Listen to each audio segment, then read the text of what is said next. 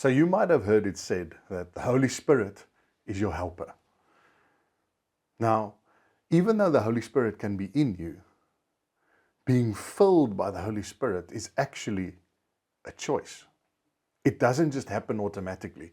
Being filled by the Holy Spirit means when we allow the Holy Spirit to permeate into every part of our life.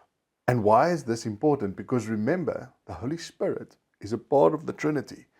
It's the very essence, the Spirit of God Himself here on earth and at work in us.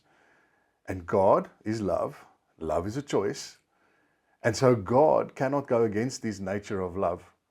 And that's why your free will is so important, especially in matters of the Holy Spirit.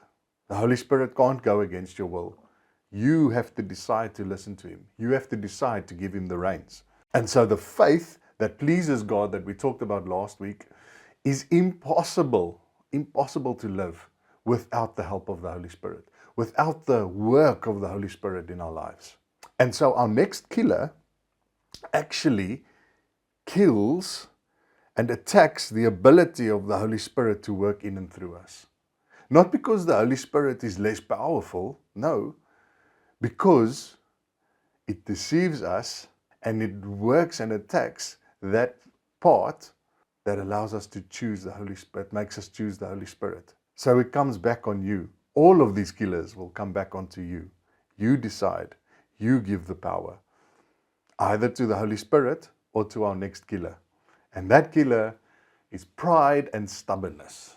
Yes, pride, the sneaky one. Why do I say that? Because pride is very difficult to spot and recognize in yourself. It's easy to recognize in others. We do it all the time, but rarely, even if ever, in yourself. And when we do recognize it in ourselves, we dress it as a good thing and convince ourselves that, and just start making excuses for it in a lot of cases.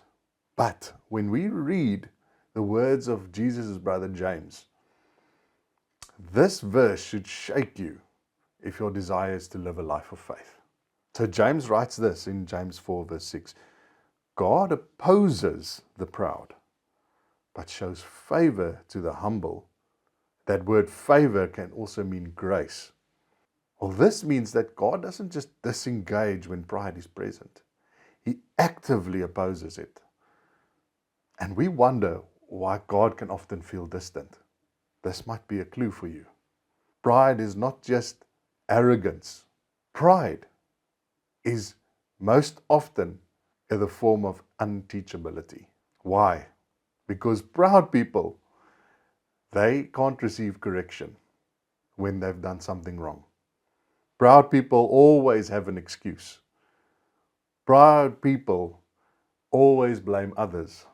And proud people never apologize. You see, the Holy Spirit loves a soft heart. But a proud, stubborn, unteachable, always has an excuse heart, it becomes hard.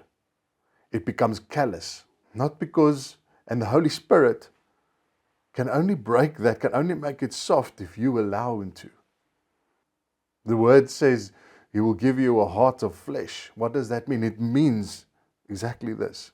When I allow the Holy Spirit to come, when I allow the Holy Spirit to fill me, to take control, that hard, prideful heart becomes soft. But, now friends, let's take it further. A proud heart can often be religious. Now, some proud people are very religious because they wear their religion as a coat to mask their pride. And this manifests itself in a term we like to refer to as self-righteousness. And is there anything less appealing to an outsider, less appealing to someone seeking truth, seeking to find life, who is not yet following Jesus?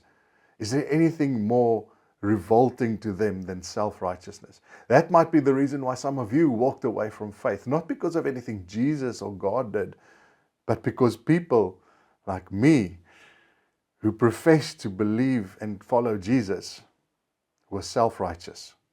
And how does this self-righteousness play out?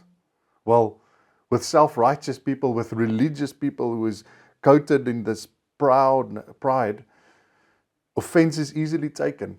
And You find out when I'm super religious, I become less sensitive to the Holy Spirit and I become more sensitive about other things. I easily take offense to the things around me. I start to develop a thin skin and a thick heart. When in fact, you were called to have a thick skin and a thin heart. And Jesus, if you look at his life, who were the people that he clashed with the most? It was the Pharisees, and it was because of this very thing. The people that you would have thought Jesus would have clashed with the most was not the people he actually did. He opposed, there's that word again, God opposes the proud. Who was the people that Jesus opposed the most in his time on earth? It was the Pharisees, the super religious, who were stuck in pride, coating themselves in religion. But let's look at the flip side. If you guys go and read Genesis 41, you see the story of Pharaoh and Joseph. And the Pharaoh getting a dream that deeply disturbs him. Joseph coming straight out of prison. They fetch him out of prison. His sentence is not yet done. Fetches him out of prison. And through an amazing act of grace, God reveals to Joseph what that dream meant. And what happens to the Pharaoh? This is a big moment for Pharaoh. He can either decide to stay in pride, or he can choose humility. And Pharaoh, remember, Pharaoh is not following God or Jesus. But even Pharaoh recognizes that he's teachable. And so he puts Joseph as second in command in his kingdom. And he gives Joseph the keys to the kingdom to prepare for the drought that is coming. And in the end, ended up saving his kingdom. Because the Pharaoh laid down his pride and recognized something in Joseph. How do we arrest this pride? How do we arrest it and put it away? Is with one word, my friends, humility. How do we practice humility? Well, it's very simple. Do simply what humbles you. You see, we start the Lord's Prayer. Jesus taught us how to pray the Our Father, and it starts with these words, Our Father who art in heaven. What does that mean? It is designed, those words are designed to bring you to a place of humility, to recognize who you are, who this amazing creator of heaven and earth is. Hallowed be your name. Do what humbles you.